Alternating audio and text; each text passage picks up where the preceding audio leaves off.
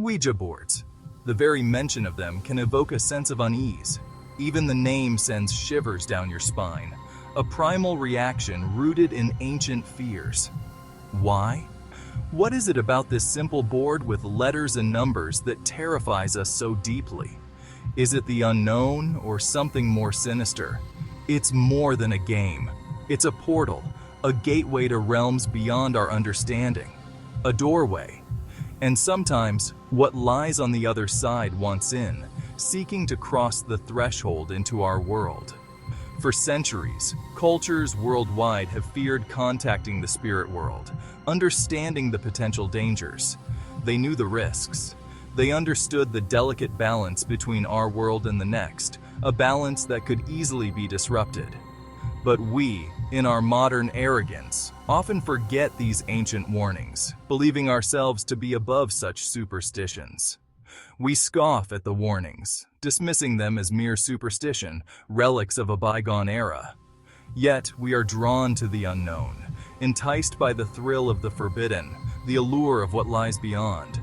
The Ouija board beckons, whispering promises of knowledge and connection.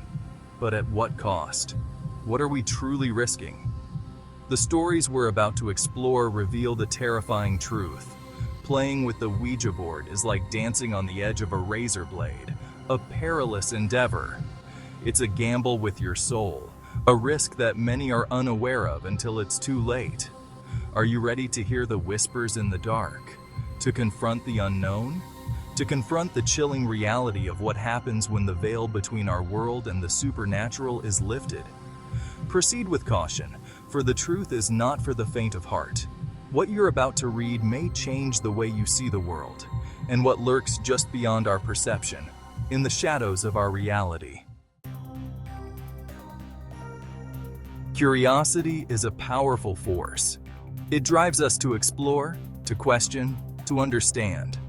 But curiosity without caution can be deadly, especially when it comes to the supernatural. The Ouija board thrives on this curiosity. It lures us in, promising answers to life's biggest questions. Who are we? Why are we here? What happens after we die?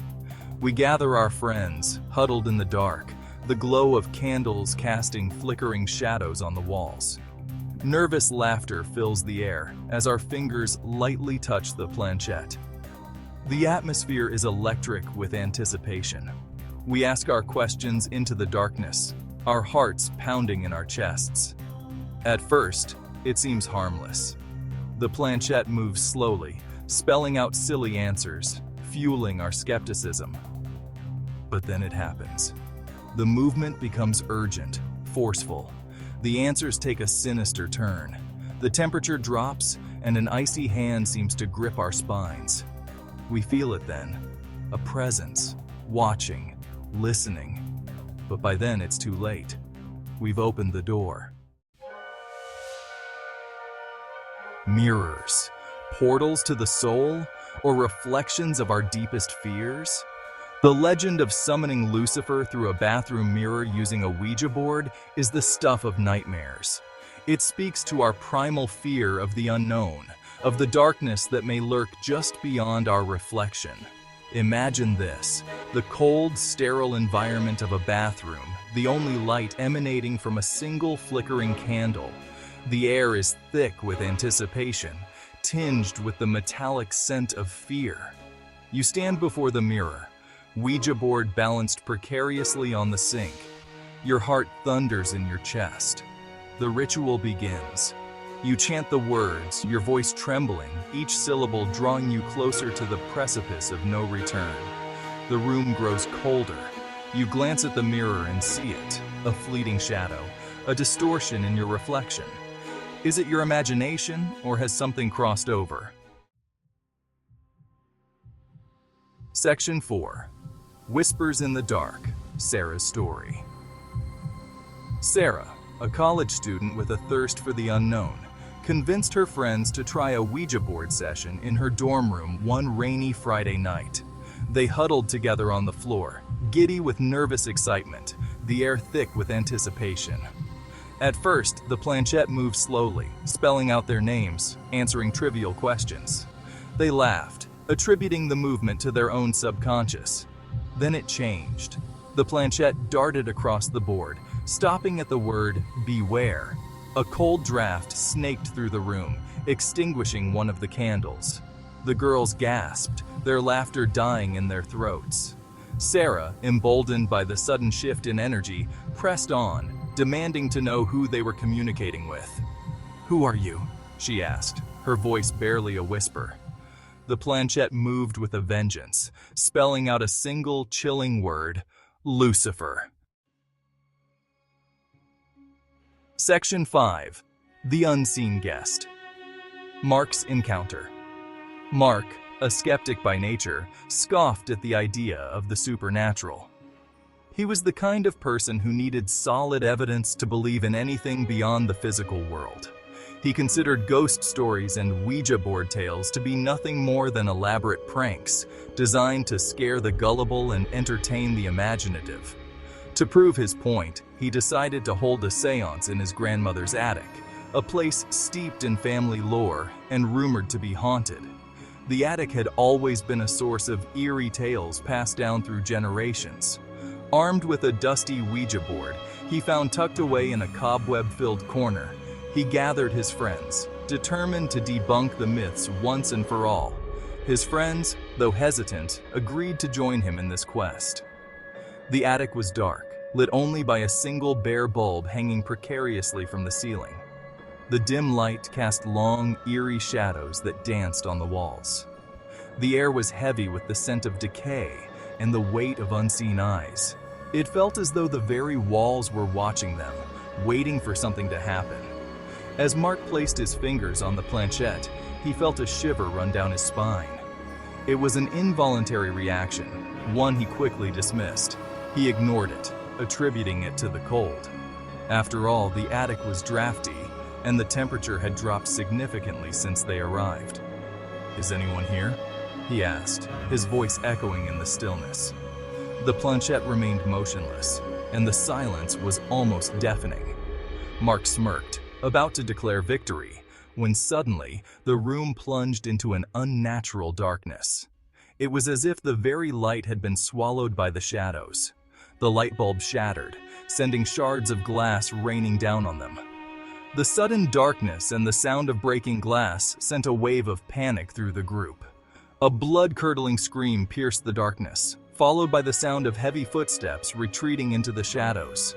The footsteps echoed, growing fainter, leaving an eerie silence in their wake. Mark and his friends huddled together, their faces pale with fear. A flickering flashlight was their only source of light now, casting erratic beams that barely pierced the darkness. Suddenly, the attic door creaked open, and a stream of light poured in. Relief washed over them as they scrambled to leave the haunted space, their skepticism shattered by the night's events. Section 6. The Price of Curiosity. Emily's Descent. Emily, a young woman fascinated by the occult, became obsessed with contacting her deceased grandmother through the Ouija board. Her fascination grew into an all-consuming passion, a desperate need to bridge the gap between the living and the dead. She spent countless nights alone in her room, candles flickering, the board spread out before her, whispering her grandmother's name into the darkness. Each night, she hoped for a sign, a whisper, anything that would confirm her grandmother's presence. She craved a connection, a message from beyond the veil. The silence was deafening, but Emily's determination never wavered. One night, the planchette finally moved. It was subtle at first, a gentle nudge that sent shivers down her spine. Emily's heart leaped with hope. She felt a rush of emotions, a mix of fear and excitement. She peppered the board with questions, desperate for answers, for reassurance that her grandmother was at peace. Her voice trembled as she asked, "Are you here, Grandma?" But the responses she received were not those of a loving grandmother. The words spelled out were cryptic, unsettling, and filled with a sense of foreboding. They were cold, detached, filled with a malevolence that chilled her to the bone. Emily's behavior changed. She could feel a dark presence lurking in the shadows, watching her every move. She became withdrawn, her eyes vacant, her words rambling about shadows and whispers. Her once vibrant personality faded, replaced by a haunted, distant look. She claimed her grandmother warned her of a dark entity, a presence that now haunted her every waking moment. The entity's presence was suffocating, its whispers growing louder each night. Her friends and family, concerned by her deteriorating mental state, dismissed it as grief-induced hallucinations. They tried to comfort her, but their words felt hollow. But deep down, a part of them wondered if Emily had stumbled upon something sinister, something that now held her captive. The fear in her eyes was undeniable, and they couldn't shake the feeling that something truly malevolent had taken hold of her.